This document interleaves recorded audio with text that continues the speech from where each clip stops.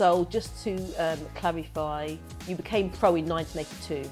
And just for the viewers, I want them to understand that I'm sitting with James Cook MBE.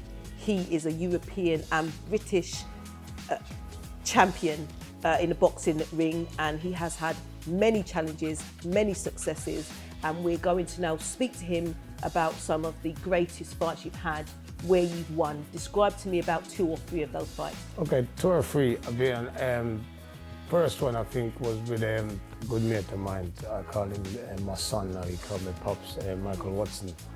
I think when I moved to Hackney, I was reading about this kid, that he can fight. He's good looking, and he's a good boxer. And one of the worst things to a boxer, you can't tell him about the next boxer is good looking.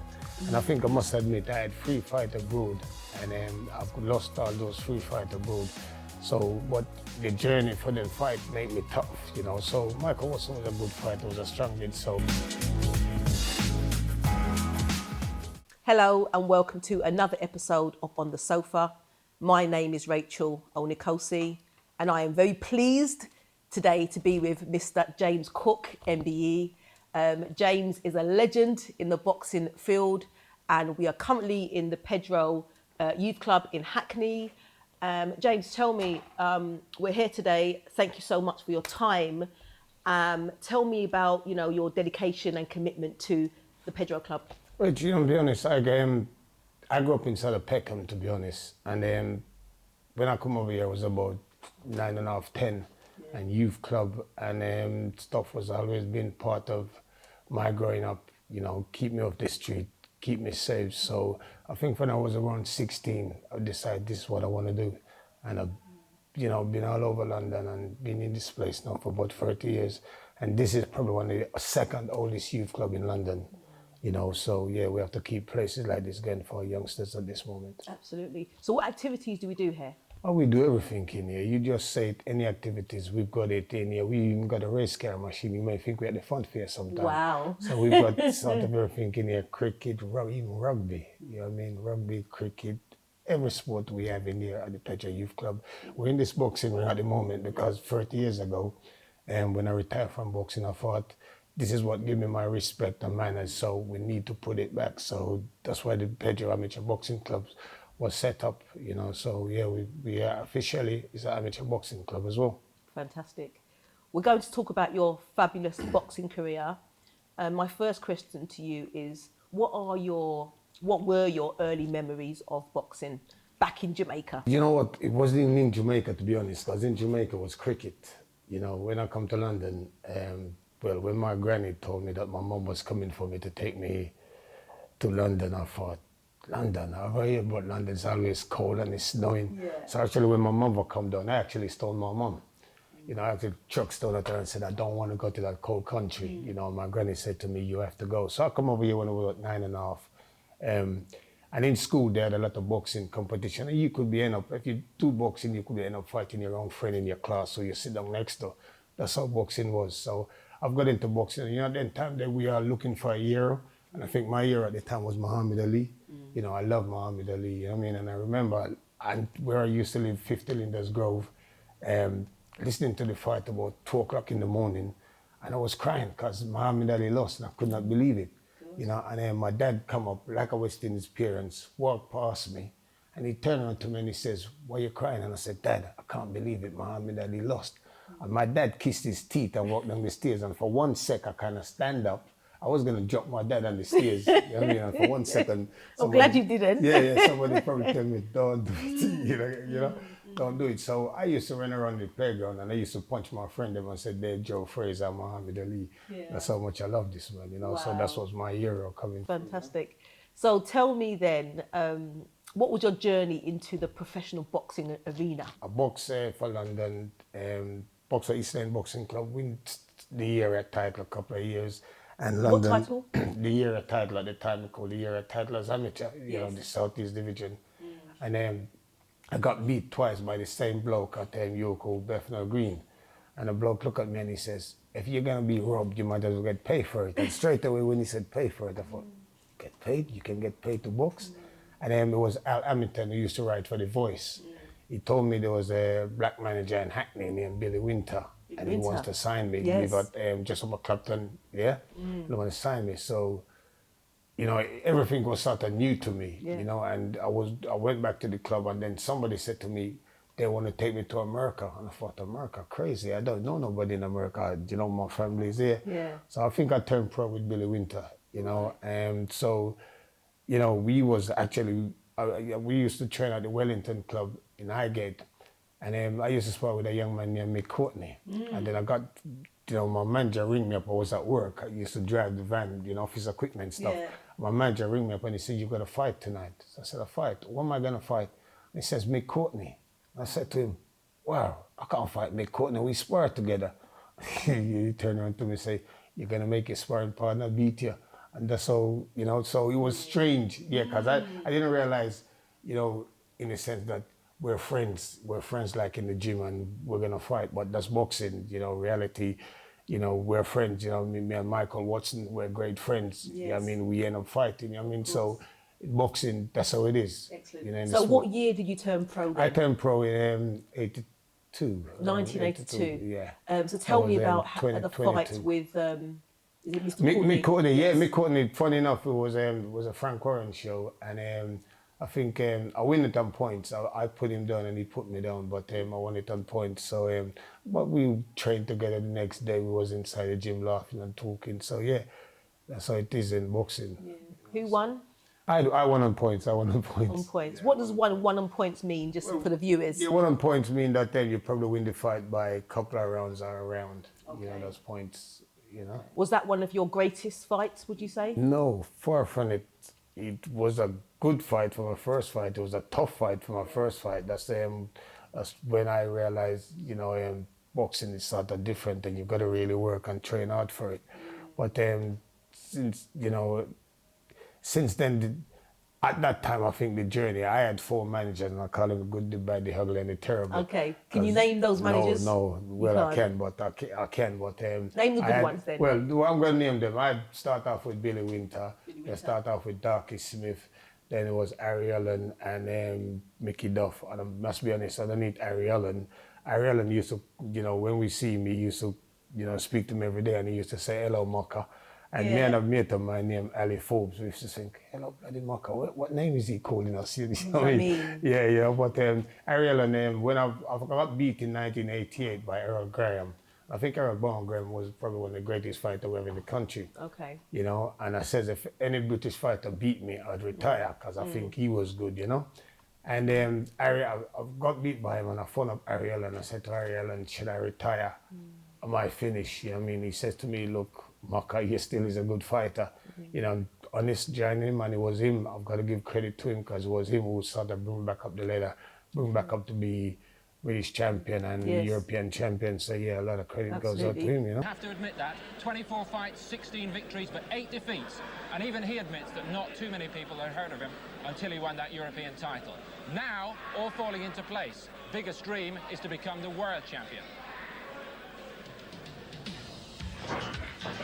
The story of James Cook is of patience rewarded. Now aged 32, finally he starts to pick up reward for years of dedication, mostly in the shadow of other big-name fighters.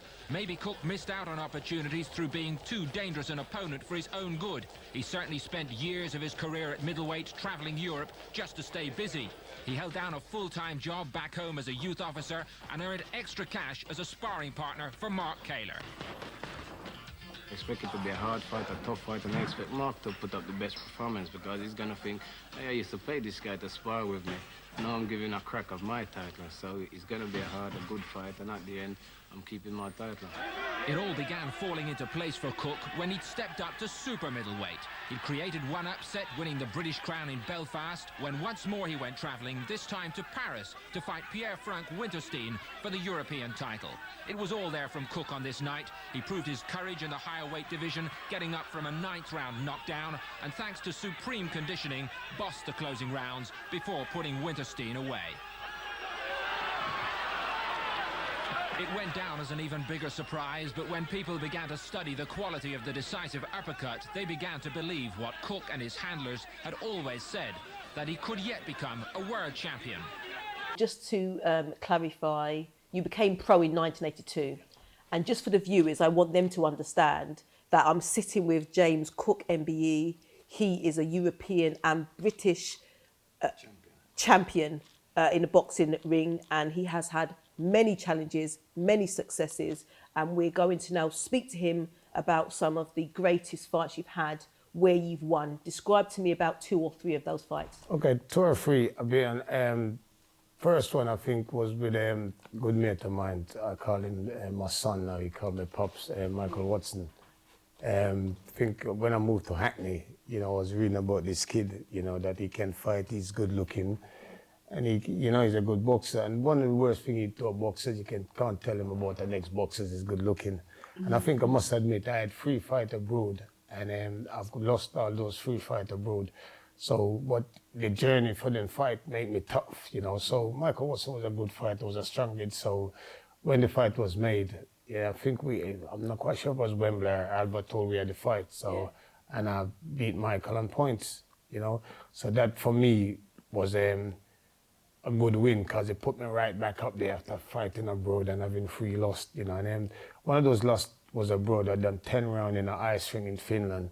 And after 10 rounds, they were saying to me, "Oh, Cook, it's the weather." I was still shaking, I was still cold, you know. So, and funny enough, me and this young man fight over here for the final eliminator for the world title, you know. So I got my revenge on that one. And Thomas Yusviti. And then the next fight I think was great.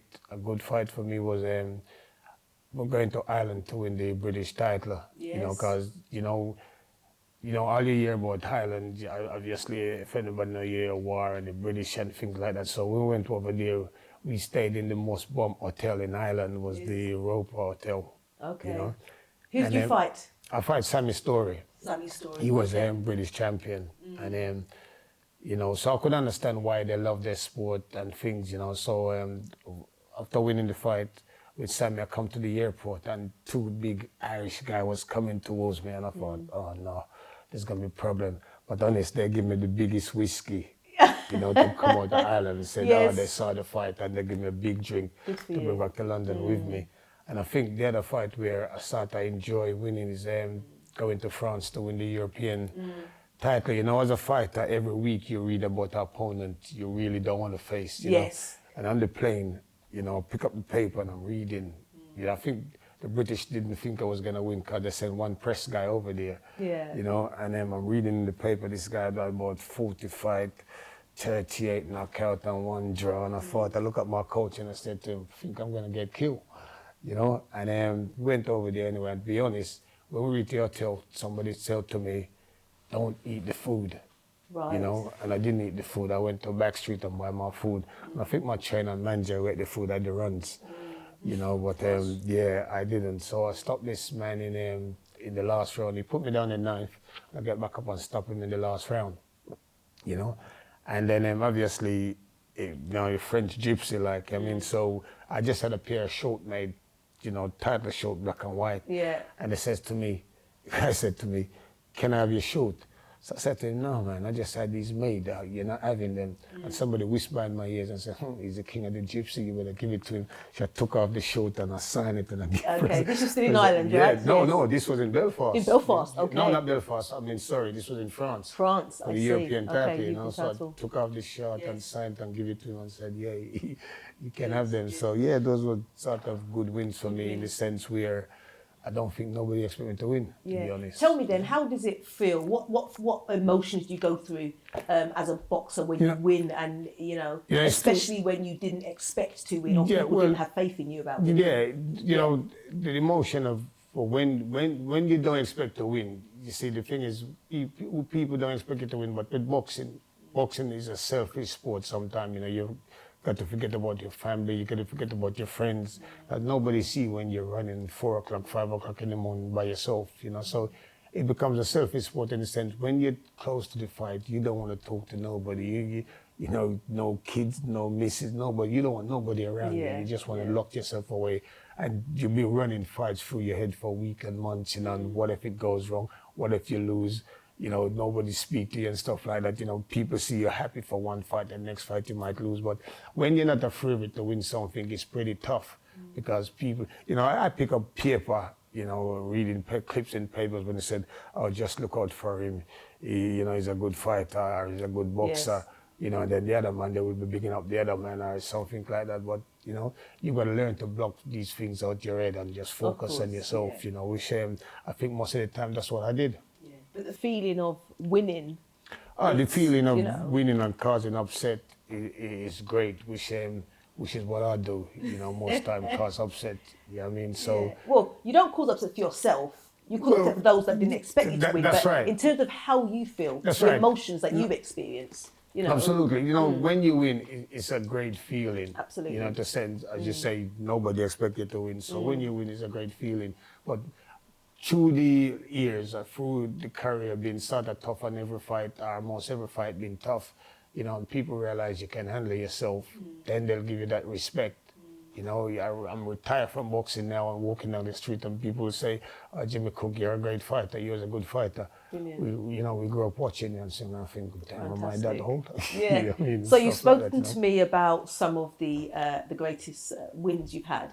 Talk to me about some of the losses that really made you question yourself about your ability. I'll be quite honest. I fight a bloke named Earl Graham in Sheffield, you know, and then Earl Graham and Prince Nasir Ahmed sort of do the same thing. They'll be flipping across the rope back and forward and stuff.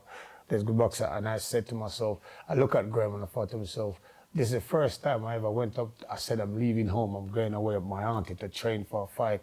I went to Elephant Castle with my auntie from Hackney, you know, and I must have run the escalator 1,000 times, you know what I mean? Because this is a fight I've worked for. He's a good fighter, you know. And I think at the night of the fight, I think Graham stopped me in probably around 6 or 7, you know, and I think my family was disappointed in the sense of, hang on, you didn't touch this guy.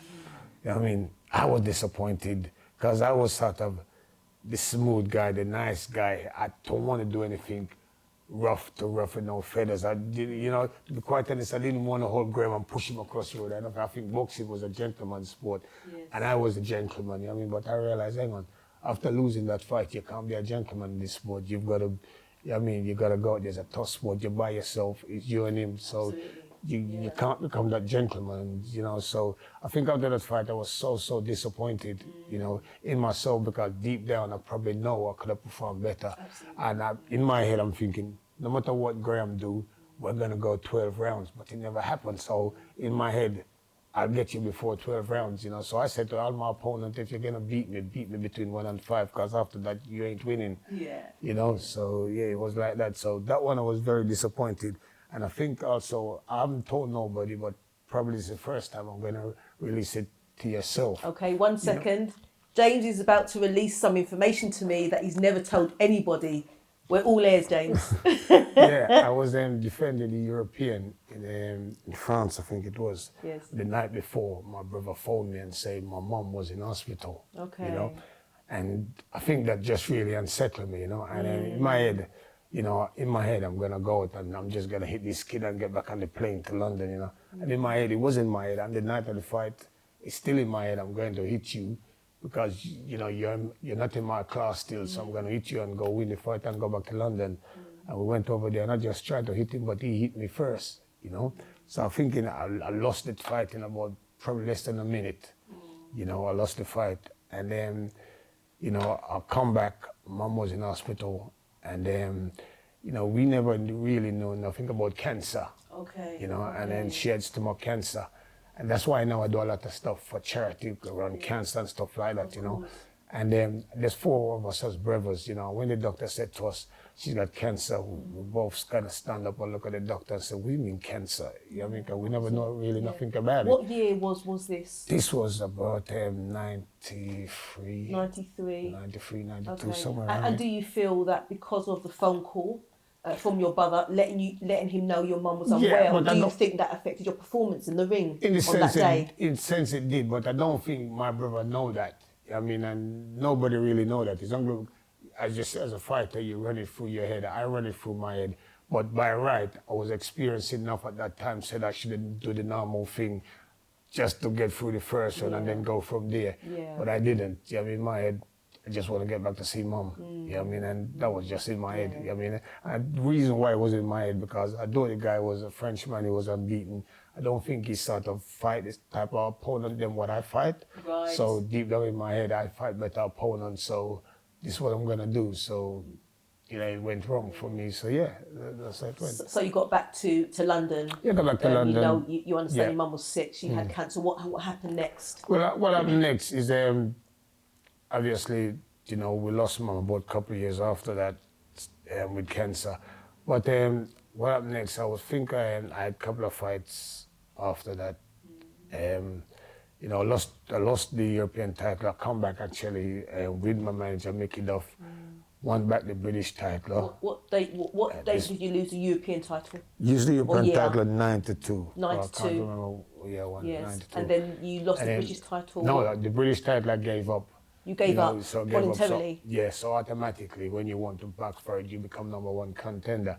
And funny enough, my manager was so I won it back, you know, at Elfland Castle, you know, and then I said to my manager, probably 3-4 months after, I need a defense, and he says to me, which was Mickey Duff, he said to me, I said, Mickey, I need to defend my title.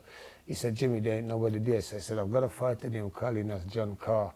You know, he's unbeaten and he's rated number 11. Now, to fight for the British title, you got to be in the top 10. So I said to Mickey, you know, next fight, he's in, you know, obviously he's unbeaten, he's in the top 10. I think he was 21, I was 34. And Mickey turned on to me, Mickey said, James, I manage him, he's white, he's young, and he sells tickets. I said, no worry, no problem, Mickey, I've got to knock him out. And I think in round 7, I think I was 34 years of age, in round 7, you know, while I put in water and the makeup and the Vaseline on me, I'm looking at this man inside the corner, and I said to myself, a couple of years ago, I probably did knock you out. You know what I mean? And as fighters, you got to be honest to yourself. You know, I was tired. I've never cheated boxing. You know, that's why I achieved what I achieved at the end. You know what I mean? I was always working hard. So, yeah, I said I'd retire after getting beaten, so I did. And how old were you then? 34. So you retired at 34. Yeah. You spoke to us about your greatest fights and some of your sad losses. You spoke to us about obviously your mum passing away with cancer and how potentially hearing the news might have affected one of your fights. As a result of that, you lost. Tell us about the lifestyle of a boxer. You know, so not just in the ring, but outside of the ring. You know, who you kind of relate to, who you hang with, who you go clubbing with, etc. Tell us how it affects your family. Well, see, that's the difference. You know, I don't really, you know, live that type of lifestyle, you know, because everybody's individual, you know. I've always said to people, you know, no matter who you are and what you achieve, you go back in a year and you help somebody out. Because at the end of the day, I realized, well, from my early age, my granny used to say to me, son, when you die, you die. No matter what money you have, they won't bury it with you. So I was never interested in money. Even though my mom died, my mom looked at me and she said, if I have money, son, I'm not going to leave it with you. And I said to her, why, mom? She said, because you give it away. And I think I would, because, you know, that's just the way I am. I never was interested in all this lifestyle where it's high car, big shoes. I mean, my kids, them buy my trainers now. The young kids, them look at me and say, where you get the trainers from? I said to them, because I've got daughters. Yeah, of I course. mean, you know, I mean, I used to just, if I used Nike, Adidas, I used to wear them all together. My daughter, them look at me and say, Dad, you can't do that. You can't be mixing the brand. So what you got mean I can't mix the brand? They're my clothes.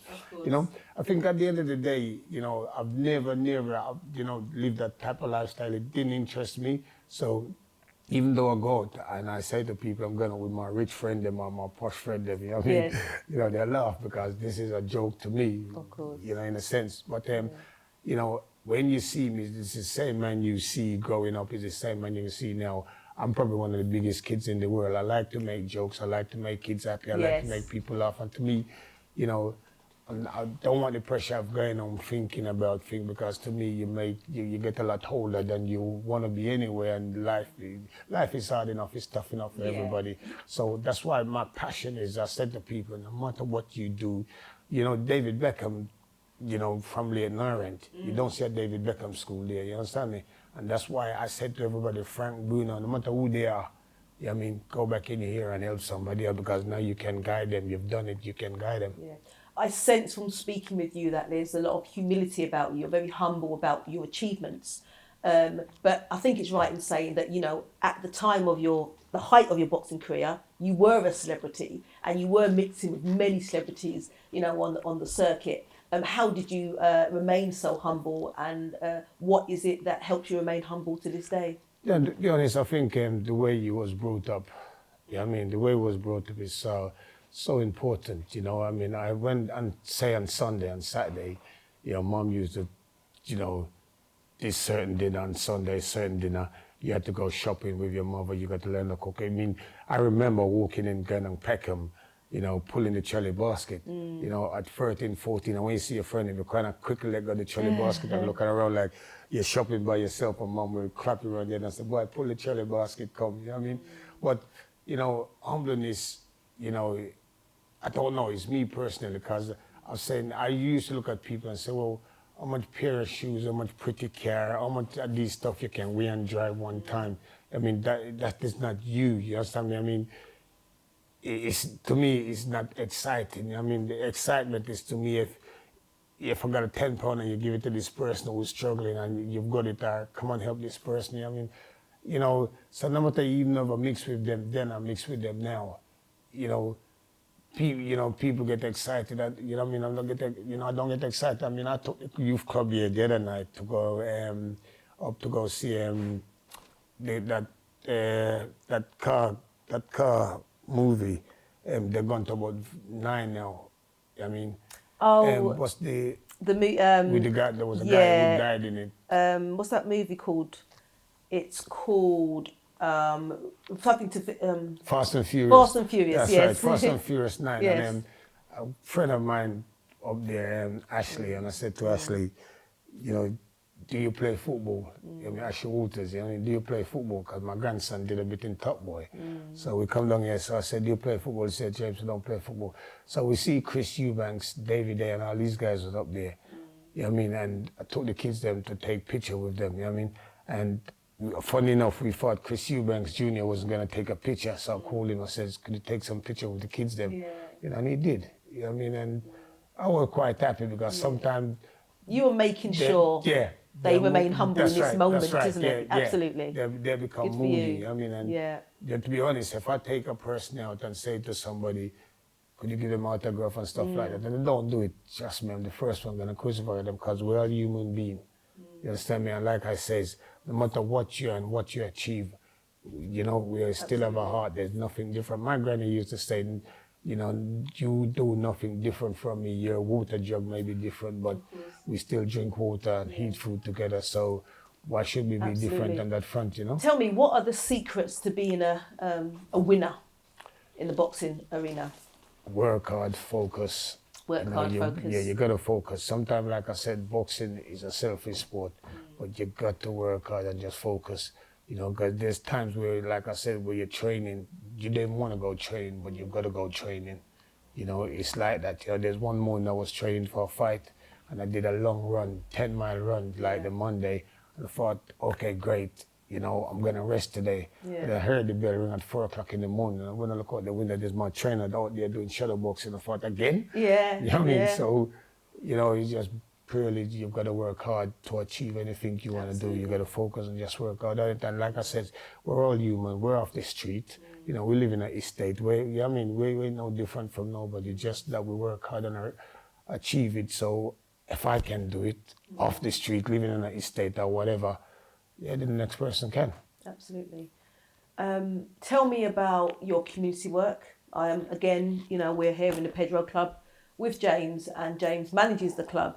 But there are some things that you do which go beyond and above what somebody would ordinarily do on a day-to-day basis. So tell us a bit, some of the stuff that you do with the young children. Well, you know, some of the stuff, you know, what I do with young children in a sense, you know, like I said, sometimes we got to decide that what we want to do and how we're going to do it.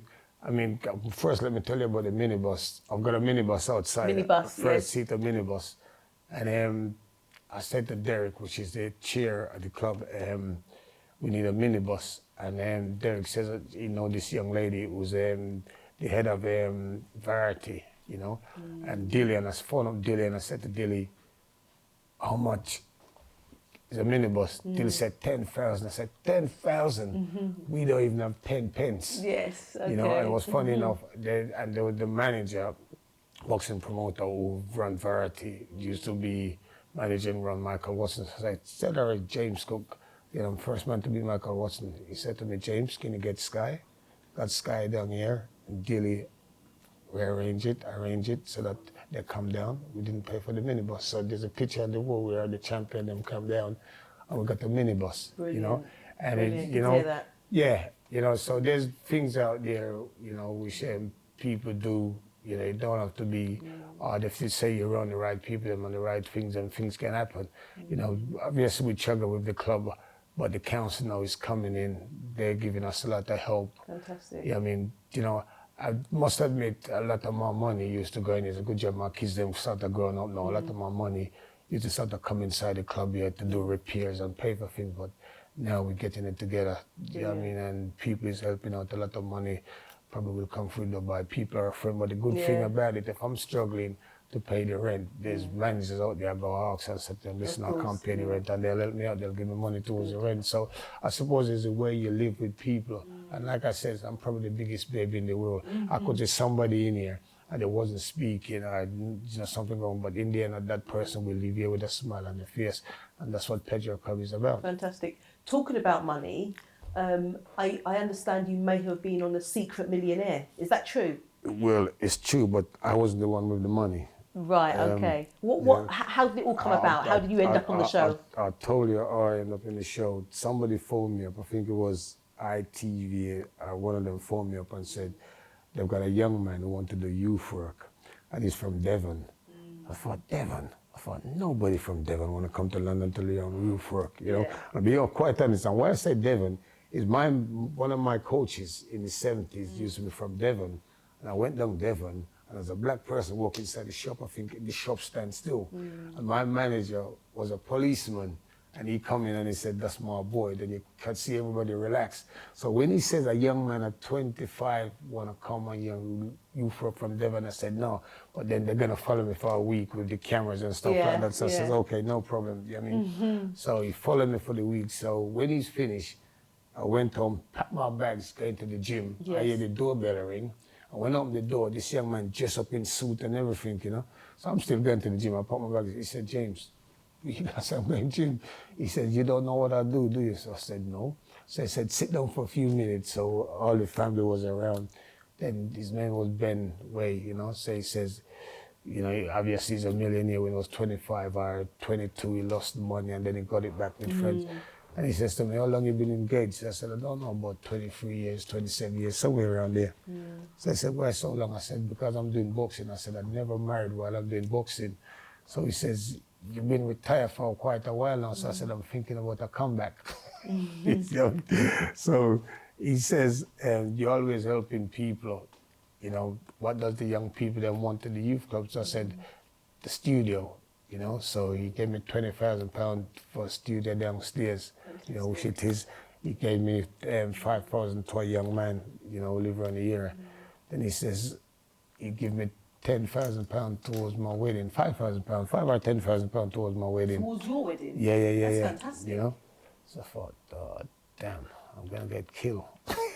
So, and the kids them was around there, they was happy, and I thought, okay, if I have to do it. Just for the record, although James Cook did appear on The Secret Millionaire, he has confessed to us today on the sofa that he was not a millionaire. And in fact, he was talking and working with a millionaire who actually contributed to some of the things that you see happening in the Pedro Club. You know, so, yeah, we're happy. You know, Rachel, you know, be all honest enough, it's the most watched episode on TV for that program. Wow. You know, you see them. I mean, I've got the boxing guy from the boxing board phone me up. Yes. You know, and they was on the plane going to America, and they put it on, and it comes up, and they're looking around, think I was on the plane. Oh wow, interesting. You know what I mean? So, yeah. James, you told me so much about, you know, your career as a boxer, and I want to ask the question about how your boxing career may have affected your family life.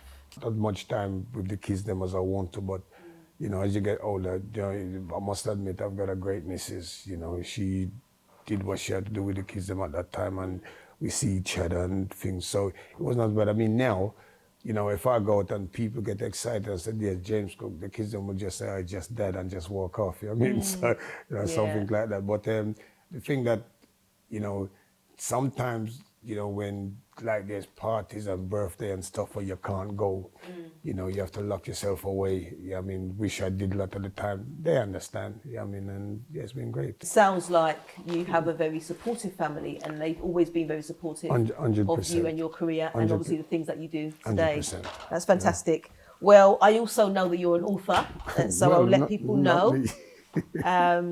James Cook MBE, My Story. Guardian of the Streets with Melanie Lloyd. Tell me what this book contains. Well, I think the book probably contains a little bit about my life from Jamaica, a little bit about same stuff what you just asked me today, a bit about my boxing career, fights and stuff like that.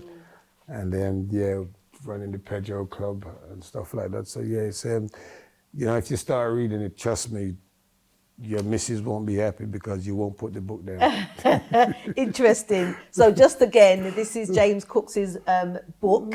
Where can people find a copy of your book, James? Everywhere. Everywhere. Every bookshop, so all internet, platforms. every platform you can find a book. Yeah, excellent. Thank you. I must get a copy myself. So I'll promise to do that. Yes. Your hand now. I want to ask you about what you're currently doing at the moment. I know you are working with a famous boxer, and I would like to hear about that, if you're happy to reveal. I think it's more than one famous boxer. I think I'm working with a few. We've got a famous boxer who's the head of the Pedro Youth Club. We did Derek Sweetie Williams. Derek who? Derek Sweetie Williams. Sweetie Williams, yes. Yeah, he was European and British heavyweight champion. You know, we've got a few guys come down here, you know, in the summer, and Napa, Morris Hope, you know, whoever we can get down here, we get down here. And, you know what I mean? At the moment, Anthony Yard is boxing on Saturday. I'm up there with him, giving him a bit of advice. Okay. You know, he's a good guy. I kind of like him. You remember me from when he was small. Yeah. You know? If I could just quickly ask, so you've mentioned some names. They're former boxers, but you've mentioned Anthony Yardley, who's fighting, who's a current boxer now, isn't he? Yeah. And I mean, in terms of his age, he's about 30. He's about 28. If 28. I say 30, he might be upset with me. Tell me what work you're doing with Anthony at the moment. With Anthony, I'm just there, as they said, as the third eye, if you want to see, you know what I mean? Been sort of been there, done it, seen it, just in case he's doing something wrong. Okay. I could probably correct them, but yeah, he's a great guy, and you know, he's a good fighter. You know? So when we say the third eye, he has a manager? He's got a manager and a trainer, you know, and they probably will be doing that stuff. But sometimes when you reach a certain level, you know, you need that little bit of experience to say you're doing this wrong, and that, you know what I mean? So I'm just there to, they're doing it just to correct them. And is this a paid role? I have to be there now. At this stage, I don't work for nothing. I've got my grandkids them to look after. I'm glad to hear that. So far, they're all right, you know. Good. So, good. You know. So we might catch you in some press releases with Anthony and things like that. Yeah. James, how's it been kind of in this short time you've worked with Anthony so far? How's it been? It's been good. Yeah, I mean, they bring me in as they said the whole lion, but I think him on 2 days older than me still, you know what I mean? But yeah, it's been good. He's doing his work, so can't complain. You know, like I said, I'm there as the third PRI. Anything goes wrong, I will have a say, and you know, that's it. But they're doing good.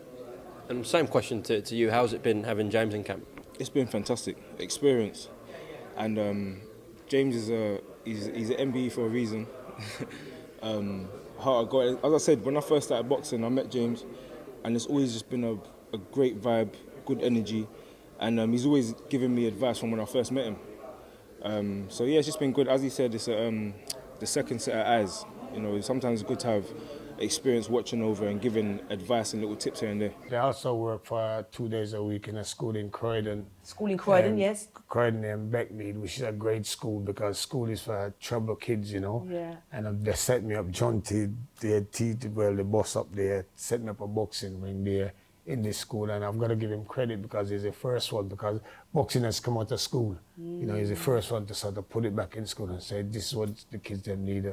And yeah, it's going great. That's fantastic. Yeah. That's really good. For the viewers, just James just told me about some work he's doing in the school in Croydon. whereby they've set up a boxing ring in the school for the young kids to learn how to do boxing. James, what is the name of the school? It's Beckmead School, Beckmead Trust. Beckmead Trust School in Croydon. You know, people, you know, who think boxing is a brutal sport. Boxing is all about the respect, the manners, the attitude, and stuff like that. And this is where you get that Pedro Club. No matter who come in here, they will have to show the respect, the manners, and sort out the attitude.